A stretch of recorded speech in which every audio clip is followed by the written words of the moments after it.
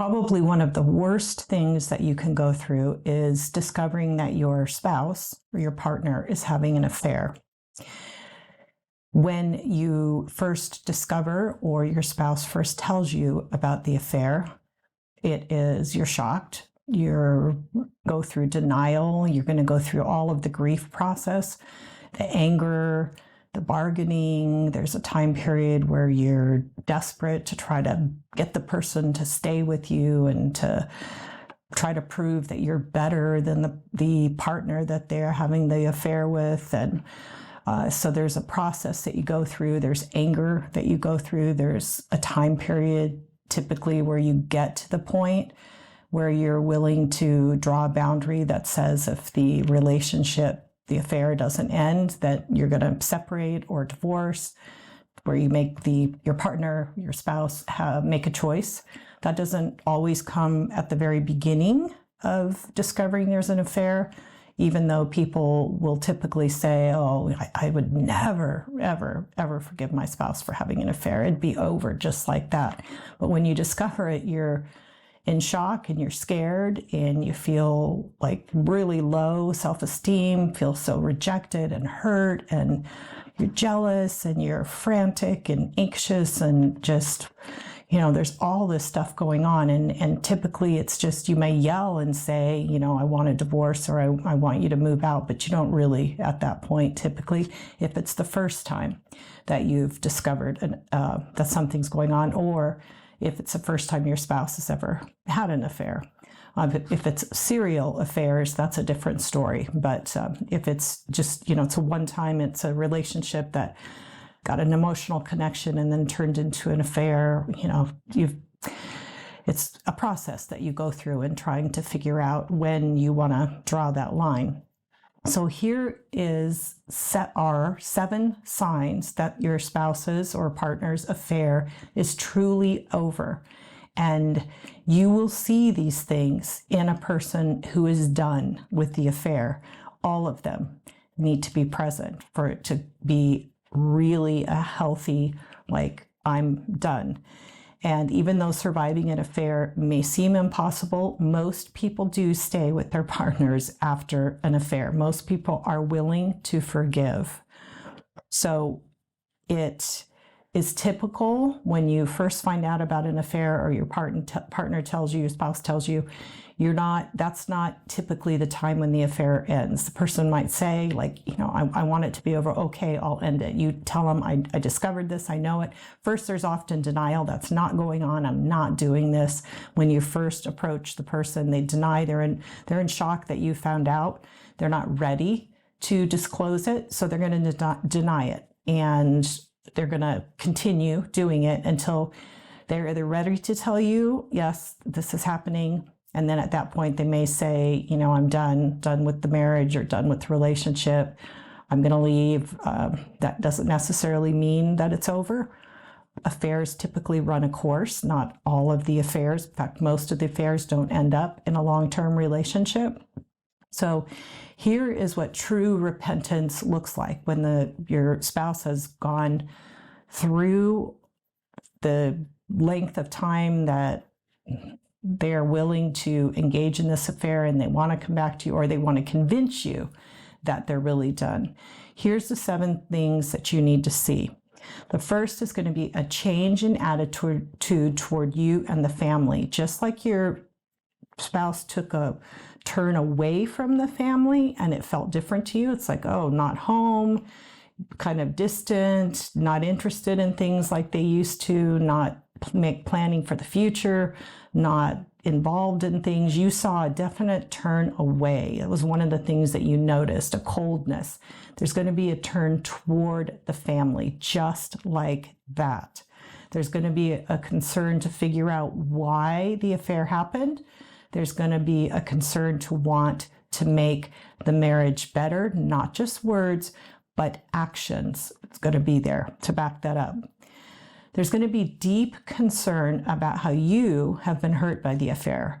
You're going to be able to recognize that you have been caused pain, that it has been very hard for you, that they did this to you, he or she did this to you and the affair hurt you, and there's going to be a willingness to hear your pain and allow you to express your pain with a taking of responsibility and not blaming you, not saying, well, if only you had had more sex, and if only you'd been nicer and hadn't driven me away. No, there's not going to be any blame of you. There's going to be full taking of responsibility.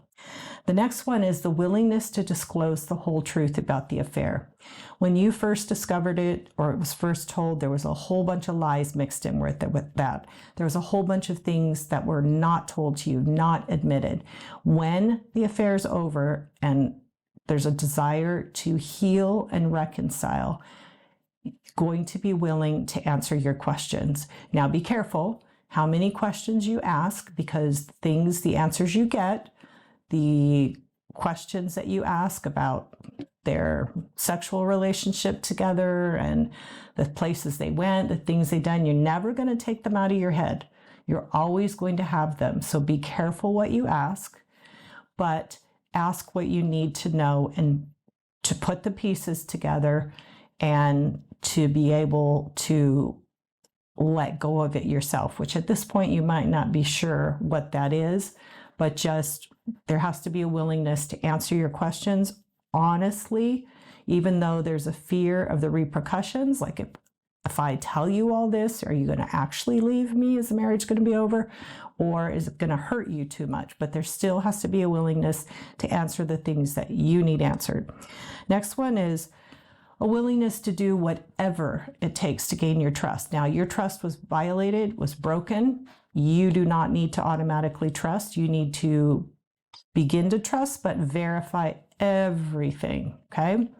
And you need to verify it as long as it takes. There will be a time you don't need to do that anymore, and do whatever it is. You can ask your spouse, this is what I need to feel okay when you're at work, when you leave the house, when you're gone. There needs to be no passwords on the computer, no passwords on cell phones, no passwords on accounts. There needs to be a complete willingness to show you the books, to show you what's going on, to let you read emails, whatever that is. If it's a job that the person had,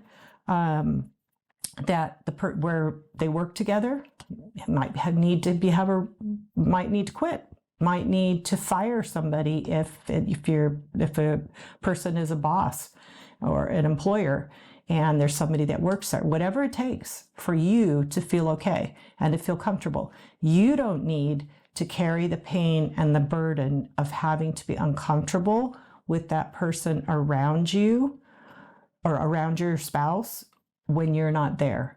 You don't have to rebuild trust while this person is still in that presence of that person and go through this pain constantly and this worry and this fear. So you decide, what do you need to regain your trust? What do you need to reestablish the relationship?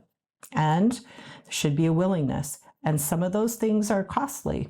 Changing jobs, moving, some of those things are really are going to cost you a lot too. So you got to make a wise decision. And then the obvious, breaking off the relationship. If your spouse is not willing to break off the relationship, then the affair is not over, period. When it's over, the relationship will be broken. When it's not over, the relationship might be broken off and then restarted, and broken off and restarted. It might tell you it's broken off, but it's not really. It's still going on. But it's going to be over for good, over for sure when this person, and maybe you need to go listen to that phone call or go with that person to say that, with your spouse, to say that the relationship's over. You need proof of it, whatever, you get it. Next one is a willingness to make adjustments to not be around the person, even if it makes making some major changes. I kind of already jumped in on that one. Whatever it involves, the person has to be willing to do. And the next one is kind of weird. You might go, what? That's weird. Grieving over the loss of the affair. It might be hard to understand why that needs to happen, but your spouse was drawn to this person for some reason and got something out of the relationship, whether felt that they were in love, or that there was a future, or there was something gained by this relationship. When you lose something that means something to you, there is a grieving process. So there should be some grief. There should be some sadness and some pain that the person goes through. Now, you don't want to know about all of that. You don't want your spouse to tell you all of that. But if you see some of it, then don't be alarmed, because it might actually be proof that the affair is over, which is really kind of interesting. So the first step in surviving an affair is to determine whether or not it's really over. If it isn't, then you don't have long-term plans necessarily to reconcile and put your marriage back together. You need somebody to do that with you. So David's Psalm 32 said, "Blessed is the one whose transgressions are forgiven, whose sins are covered. Blessed is the one whose sin the Lord does not count against them, and in whose spirit is no deceit." Here is talking about the pain of not speaking up. "When I kept silent, my bones wasted away through my groaning all day long. For day and night your hand was heavy on me. My strength was sapped as in the heat of summer." Now, when somebody is when a person is having an affair, there is a back and forth, a pull, there's a guilt, there's rationale, there's blame, there's anger, there's feeling uncomfortable, along with the excitement of the affair, right? Then it says that I acknowledged my sin to you and did not cover up my iniquity. I said, I will confess my transgressions to the Lord, and you forgave the guilt of my sin. This is talking about David telling the Lord what he had done. So when he didn't, his bones were wasting away and he was groaning, and felt like God's hand was heavy on him. And then by confessing them, it is relief, right? So by getting all this out in the open, there should be this beginning of healing, although it's incredibly painful. So many people do it. In fact, most people do it. So if you have questions, please write to me and look into my classes.